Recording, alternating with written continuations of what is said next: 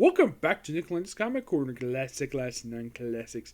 This is episode number 1883 and Doubleshot number 1777. I have two Superman-related trades for you. The first one is a very controversial storyline that came out, I believe it was like 2010. It published in 2011. This trade here collects the first half of this storyline. Mostly, anyways. We have Superman Grounded, Volume 1, where basically this is done by JMS. Also, we also have G. Willow Wilson doing one issue of this storyline. He does issue 706. This book does say it collects 706, but that's a lie. 700 is not how I collected here. Nope, it isn't.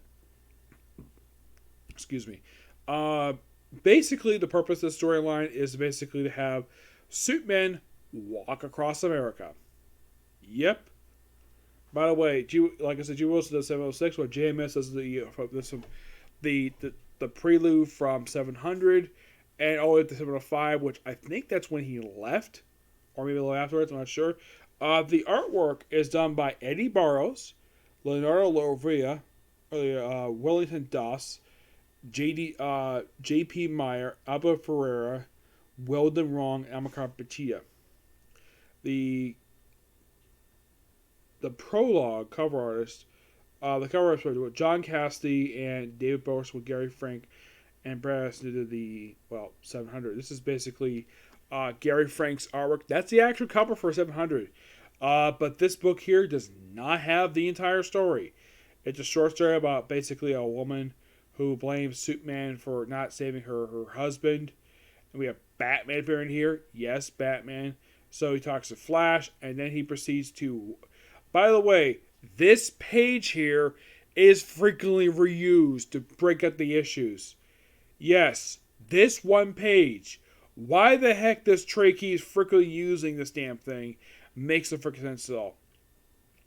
Now it comes to the opening issue, the first full issue of the storyline.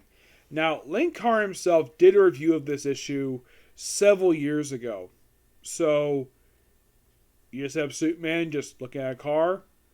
Nothing wrong. Of course, walk about. And I'm not going to repeat a lot of that stuff that happens this issue because Len Carr did a full review of this one. Now, I should point out though this. JMS threw in this guy here. Now, according to a popular theory, this is apparently Peter Parker. Yes, Peter Parker appearing in an issue of Superman. Yes, Superman. This is an uncredited cameo for him, which is interesting to say the least. Now, as far as I can tell, I don't know if JMS did this on purpose, because one of the big comics he wrote for Marvel was, in fact, Amazing Spider-Man. Yes, it is weird to say the least, where like this one issue has a brief cameo by, of all people, now anybody can tell by the way this artwork is drawn, that clearly is Peter Parker. And it's not credited as such, it's a random photographer, but face-wise, it looks exactly like Peter Parker. Tell me this is not Peter Parker appearing in Superman. So, yeah, basically a lot of really odd stuff in this thing. By the way, we also have a frequent line that's a meme of that's popped up frequently on top of the fourth wall. Over there has stand for itself and speak for itself. Yes, this line, written by JMS, has become a popular meme on top of the fourth wall. You have Superman basically talking to a guy who basically has a problem with his heart. And you have the suicide thing, which happens in this issue. Yeah, it's okay at best. But by the way, the first issue he's in Philadelphia. Where does he go second issue? Goes to Detroit. Yes, Detroit. Where he just plays some basketball. Just some odd stuff here. Has a war suit. And it turns out the community he's in is actually... basically, the inhabitants are aliens. Yes, seriously, aliens. Why the heck they're here? And apparently they also start up some medical firm. And of course, it's a okay selling issue. And then you have Batman appeared at the end of part 2. Yes, Batman. And then with the second issue, he goes to, let's see, in the third part, which is from 703, this is probably still in Detroit. And you have Batman talking to Superman very briefly. And of course, you have a good montage of some of the classic Batman McHammer here. Who is the Batman on this page? Mr. Freeze, the Riddler, Penguin, Joker, and Two-Face. And of course, Scarecrow. Not the only time you'll see Batman appearing in the story, appears a little bit later as sort of a tie-in for Batman Incorporated. Perry White plays a minor role in these issues. I say minor role. And then we have this issue where people are possessed by this crystal, people with superpowers, damage to town. But despite damage to town, Superman does take the time to use his speed to basically parallel damage. And police officers actually defend Superman's actions and him acting in self-defense.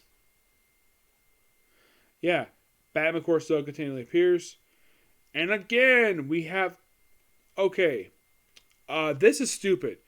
Every issue have to show up this page. Why the heck do we have to show this freaking page for? Now, I do not remember if this actually was in the original trade, the physical one, but this was annoying. By the way, this interlude issue, all basic about Lois. Yeah, Superman himself does not really appear in the issue. It's basically Lois, like a what-if type of thing. Look at a friend of hers, where he's basically got a family, and the fact that she and Superman can't have kids because their biology is different. Basically, it's her issue, while Superman basically just does his own thing. It's a great interlude issue. And then we have get past that stupid thing. We have a standalone issue about basically deal with domestic abuse in Mount Prospect, Illinois. And this mostly is about a kid fan of Superman who wants Superman to get his dad to stop beating him up and his mom. It's a domestic abuse PSA issue somewhat anyways. By the way, if you look at a lot of images for Grounded, this image here will pop up frequently. And then we have another issue, which is kind of like another interlude. Yes, another interlude, done by G. Willow, second one here. This focuses on Perry White, where it deals with a reporter. This other news site basically posted an article he doesn't like, where he also basically apparently is like Photoshop, and of course sends one of his own people undercover. It's a great standalone issue. It doesn't really mention much of anything, but it's just Superman. And that's it. Oh, I shouldn't have done that, yes. It's an okay trade per se. It's not downright hateful. I mean, it's not, let's say... Now, the storyline itself is something JMS did. And he was yanked off the book basically halfway through the storyline. This and just like Odyssey, just to work on the Superman Earth 1 trades. Now, like in the case of Odyssey, where they said that they collect 600, but not really. They collected one story for that trade. For the trade, the prelude. But here, I'm going to talk about issue 700. Now, the opening story of the book, which has, by the way, nothing to do with Grounded. It's a story, basically Lois being chased by the parasite. And it's a story done by James Robinson. Yes, in my opinion, makes total sense the fact James Robinson would do the story, because after all, he was just recently writing Superman, so of course he would do a story for this one. Yep, very interesting story here. Oh, and by the way, the parasite in the story is Rudy Jones, who had been the parasite since the late 1980s. Before New 52 basically wiped out existence. Though I don't know if they brought him back or not because of the whole omniverse stuff. Yeah, this episode is a pretty good story. The second story is done by Dan Jurgens. Yes, Dan Jurgens. It's an absolute really good... It's called Geometry. He also writes and draws the story. It's really good. And you gotta love the whole stuff with the Batman stuff. And here we're having... basically... Alfred, Bruce... And this is not Damien. This actually, I think, is Tim. Yes, I think it's Tim. Yeah. Or actually, could be Jason. Yeah, it could be Jason Todd. You get just a past story for him.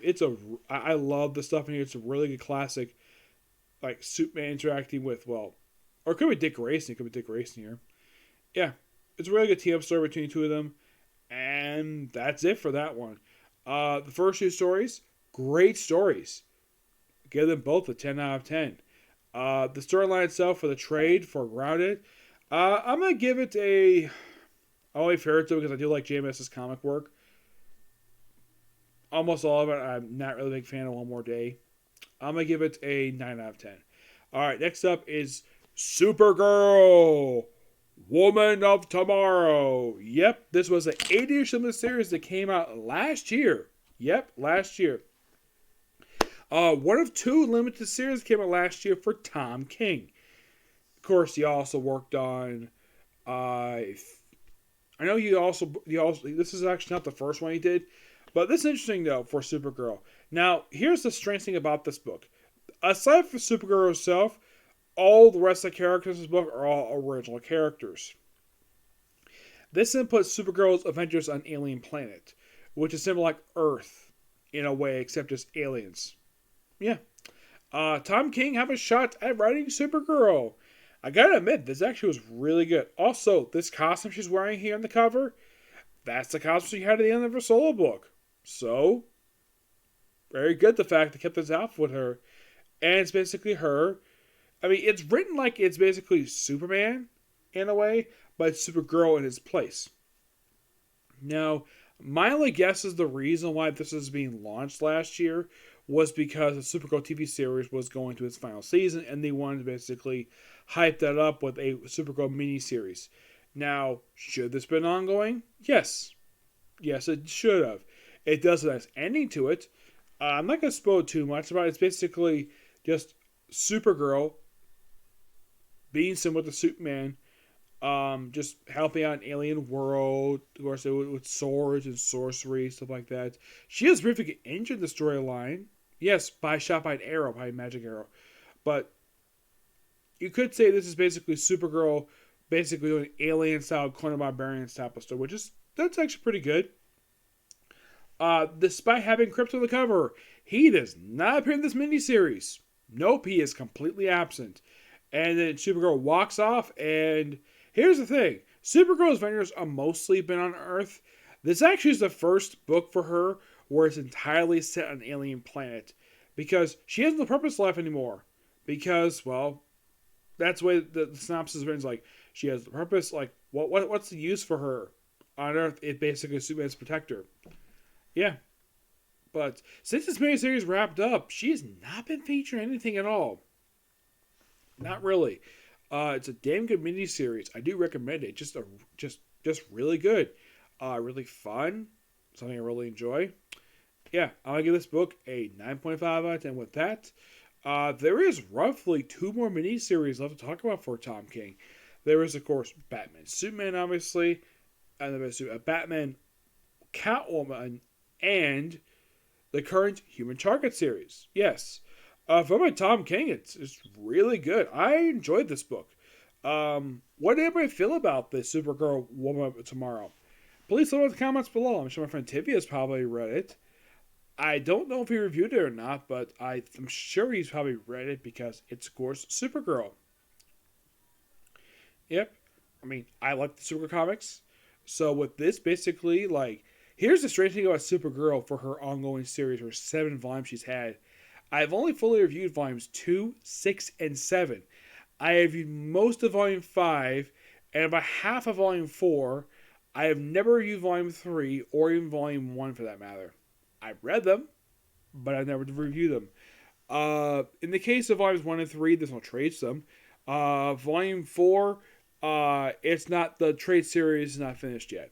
Nope. In the case of 5,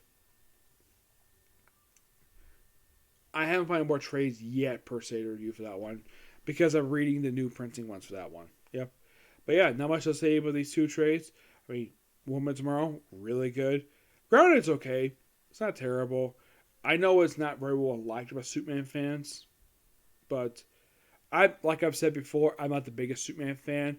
I prefer Batman stories. But here's the thing about my honest feelings about the Superman comics. I don't have a really big issue with it. I don't have biggest connection to Superman as some people will do. But I do enjoy reading his comic books. I enjoy reading them. I think there's some of them really good.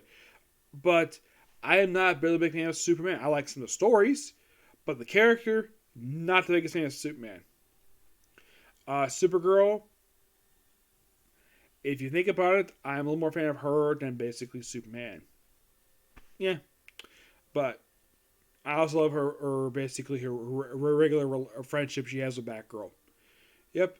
But yeah, that's a particular review, and that's definitely a video. Like I have no more time to make videos. I was thinking to do more One Piece review, but there's no time for that. So I may get time either. I'm hoping soon I get a chance to review that stuff. I'm hoping soon before the next episode comes out, which comes out this week. Okay? Yeah. So next video. Bye.